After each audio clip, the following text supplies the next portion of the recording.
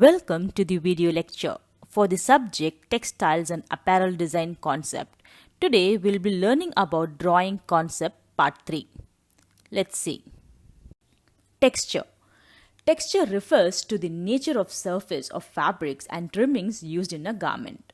It is important because consumers are first attracted by the color of a garment. Then automatically they reach out to determine whether they like the feel of the fabric. It is considered as a design element because all fabrics have a surface of texture which plays a major role in every garment design by adding different look in our garments. These textures are quality related closely to our sense of touch, feel and sight. It can be smooth, soft, fuzzy, rough, loopy, furry, crisp, sheer, etc. While designing clothes, it is important to ensure that the fabric texture should produce a pleasant and comfortable feel to the skin as well as in appearance. This texture plays a role in decision making in clothing. Texture is the character of a surface and is both tactile and visual. Let's see about tactile texture. It is the quality of a surface such as rough, smooth, silky or soft.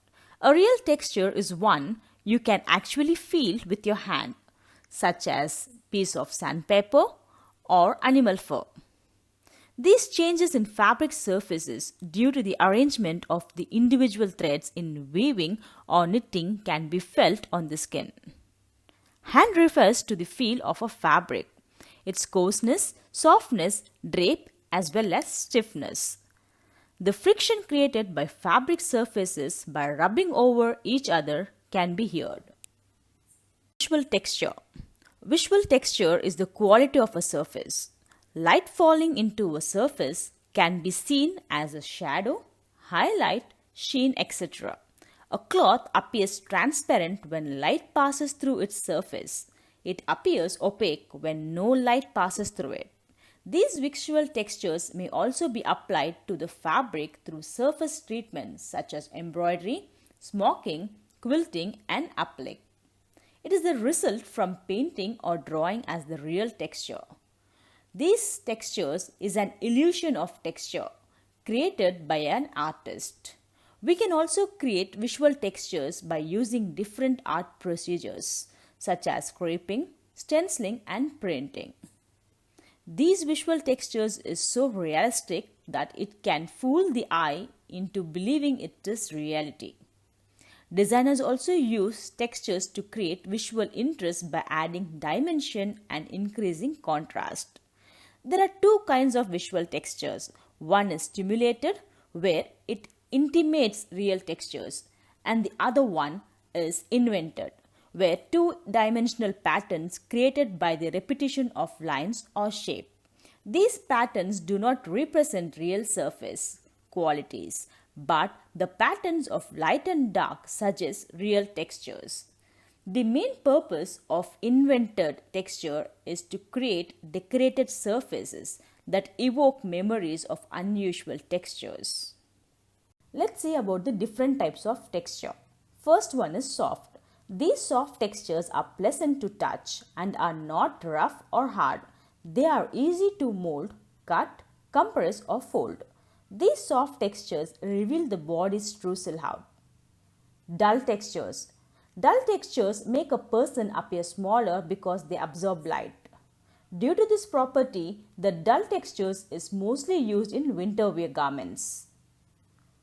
Dull textures is mostly created on coarse fabrics like linen, wool, etc., which are with dull colors.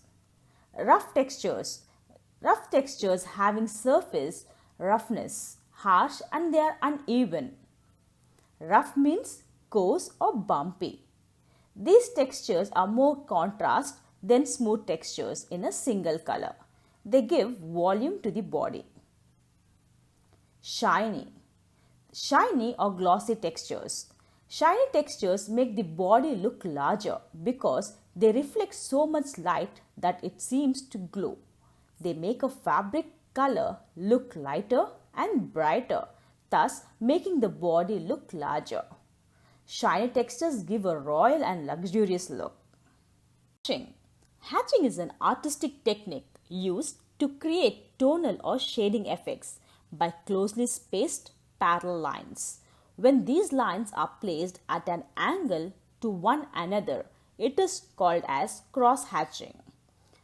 Hatching is especially important in essentially linear media such as drawing and many forms. These lines drawn in the same direction by drawing lines closer together gives a darker value, and leaving more space in between results in lighter value. For rounded objects, the lines may curve slightly around the forms. Linear hatching.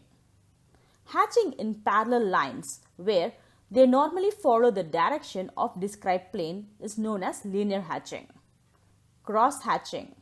Cross hatching uses layer of hatching placed at an angle. Usually, the first layer is vertical, the next horizontal, and the next will be diagonal. So, these lines cross over each other. The density at which these lines cross over each other determines the value that is produced. Counter hatching. Hatching placed at slight angle creates a moire-like effect. The diamond-shaped lines. This technique is often used in figure drawing, with the direction of lines helping to suggest the cross counters of the body. These lines can be drawn horizontally, vertically, and even diagonally. Hatching which follows a contour can also help to make an object appear more 3D. Next one is circlism hatching. This type of hatching is used for creating realistic skin textures. The idea is to draw many circles that overlaps each other while building tone with each added layer. Last one is stippling. It is the use of dots to create value, applying countless small dots to build up darker values in drawing. The density of these dots determine the value produced. Placing dots very close together to create dark values and further apart to create lighter values. Thank you.